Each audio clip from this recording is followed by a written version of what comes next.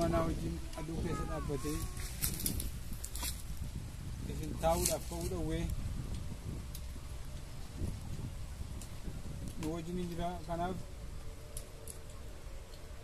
amma isinirraa fayyadamaa jirra waan ta'eef rakkoo koo akkasuma na qaqqaban jenne rabbi isin yaa gargaaru. Rakkoo koo isinis argeera. An firaan qabu isa wajjin hidhaadhu rakkoo kana natti qaqqabee rakkoon argatee mana nama taa'a goota guyyaan ba'een beeku barandee nama taa'ee oolu gadeen bulaa. Egaa kabajamtoota jaalatamtoota hordoftoota keenya guyyaa har'aa obbo Naziif Jamaal godina Jimmaa magaalaa Jimmaa irraa birbiruudhaan miira gaddaatiin rakkina ulfaataa keessa akka jiran naaf ibsanii turan. Obbo Naziif Jamaal godina Jimmaa magaalaa Jimmaa ganda Booree mana barumsa ifaa boruu sadarkaa lammaffaa biratti argamu. Maatii isaanii waliin rakkina ulfaataa hammanan jedhamne keessa jiru. Sagalee ta'uunii dabalatee namoonni gargaaruudhaaf laphee namaaf mararfattan karaa keessatiin argachuu ni dandeessan. Akkasumas teessoo isaaniitiin argachuu ni dandeessan. Nama gargaaruun namummaadha. Maatiin kun rakkoo ulfaataa keessa jiru. Har'ammoo kun akkana ta'e maatii koo keessaa miilli kan koo gamtokkeen kan koo hin jiru gamtokkee du'aa baadheen gamtokkitti kan ammoo fayyaa muka kanaan taasisee kan itti daggafamee adeema. Kunoo galaksaatti jira abbaa.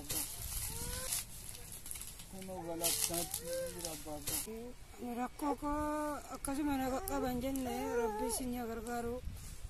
Egaa kabajamtoota jaalatamtoota hordoftoota keenya guyyaa har'aa obbo Naziif Jamaal godina Jimmaa magaalaa Jimmaa irraa birbiruudhaan miira gaddaatiin rakkina ulfaataa keessa akka jiran naaf ibsanii turan. Obbo Naziif Jamaal godina Jimmaa magaalaa Jimmaa ganda Booree mana barumsa ifaa boruu sadarkaa lammaffaa biratti argamu. Maatii isaanii waliin rakkina ulfaataa hammanan jedhamne keessa jiru. Sagalee ta'uunii dabalatee namoonni gargaaruudhaaf laphee namaaf mararfattan karaa keessatiin argachuu ni dandeessan. Akkasumas teessoo isaaniitiin argachuu ni dandeessan. Nama gargaaruun namummaadha. Maatiin kun rakkoo ulfaataa keessa jiru. Ilmi namaa wajjin aduu keessa dhaabbatee isin taa'uudhaaf ka'uu dhowwee nu wajjin jira. Kanaaf amma isinirraa fayyadamaa jirra waan ta'eef rakkoo koo akkasuma na qaqqaban jenne rabbi isin yaa gargaaru. Rakkoo koo isinis argeera.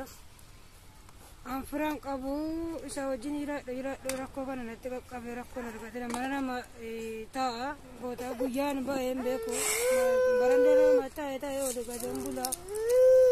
Egaa kabajamtoota jaalatamtoota hordoftoota keenya guyyaa har'aa obbo Naziif Jamaal godina Jimmaa magaalaa Jimmaa irraa birbiruudhaan miira gaddaatiin rakkina ulfaataa keessa akka jiran naaf ibsanii turan. Obbo Naziif Jamaal godina Jimmaa magaalaa Jimmaa ganda Booree mana barumsa ifaa boruu sadarkaa lammaffaa biratti argamu. Maatii isaanii waliin rakkina ulfaataa hammanan jedhamne keessa jiru.